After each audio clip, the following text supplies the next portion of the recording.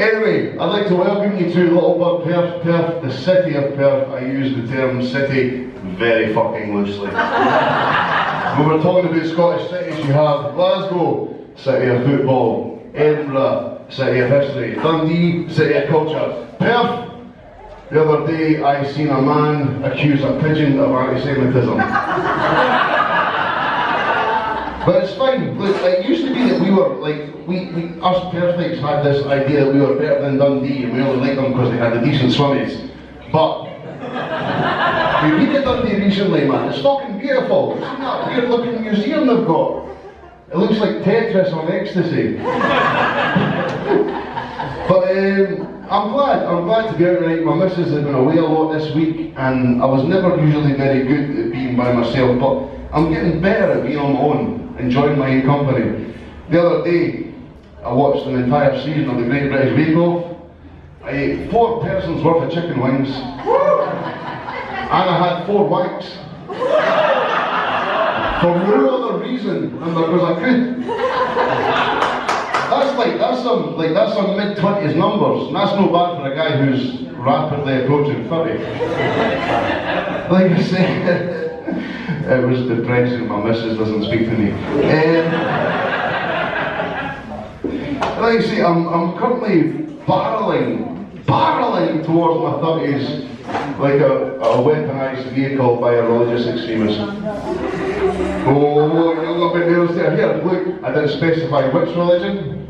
Up to the 90s, a religious extremist was considered an Irish guy, an Irish white guy, so let's all be settled in. Anyway, I feel like I spent most of my youth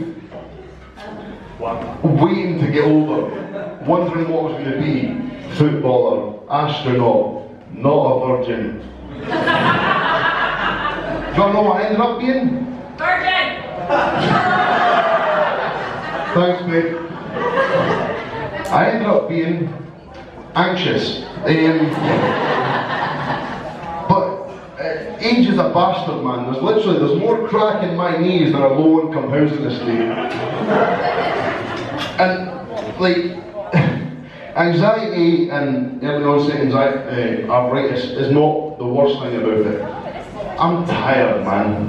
I think we can all, anyone who's approaching 30, are you not just tired all the time? Literally, the other day, I gave up halfway through a wank because I was so tired. But because I'm so anxious, I faked an orgasm so I didn't hurt my own feelings.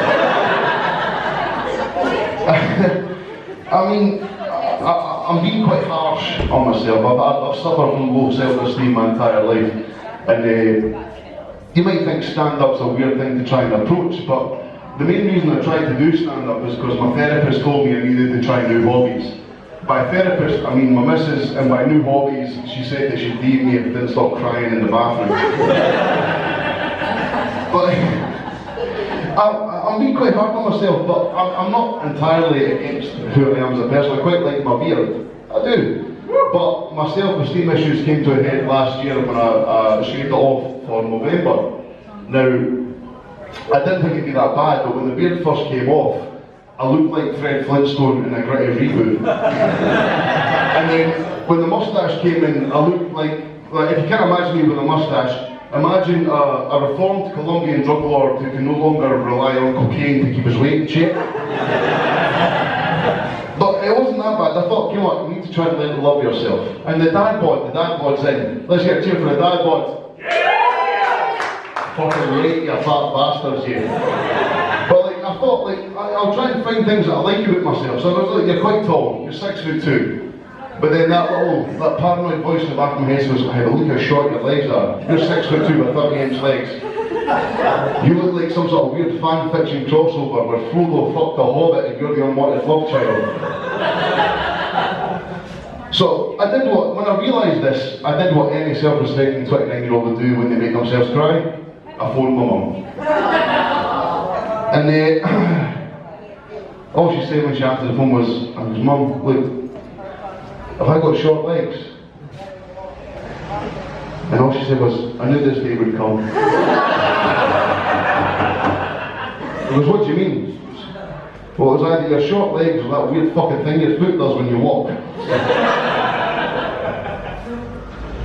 So I didn't know what anyone would do when they're trying to cheer themselves up. I took some codeine and I watched a film. But I watched Toy Story. I've just recently watched Toy Story 4. Cheers for anyone who's watched Toy Story and loves it. That universe fucking annoys me, man. Especially because I've taken some high quality painkillers. And I started to get too deep into the universe, right? So, Toy Story. These toys, when no one's watching, come alive. Yes? Yes? Yes. Right. Who watched Chernobyl? There was a lot of toys that were left over, so I'm wanting to watch the film with the radiation poisoned action man. or that bear that you use for drug trafficking. That nice little teddy bear that's got half a gram of ecstasy shoved up his arse. Last one before I finish this because it's not going to do well. Sex toys. Sex toys. Are we just talking about sentient dildos? No eyes, no mouth, they're just getting shoved up God knows where. That's not my business. Anyway. Right, anyway, back to my TED talk on how I'm getting old. I fucking hate young people. I'm not talking about kids, they're cunts as well, but I'm talking about anyone below the age of 21. Wankers. I hate their clothes, I hate their music, I hate the fact they're softer than a room full of flaccid penises. The one thing I hate the most is that the age of the wee bastard is dead. When I was young, we used to hang about the shops in North Mearn. Shout out if you're from North Mearn. Ah, shite bags. Real gangsters come from North Mearn. We used to hang about the shops and just shout abuse at strangers. What was that? Sure. There's only one. You're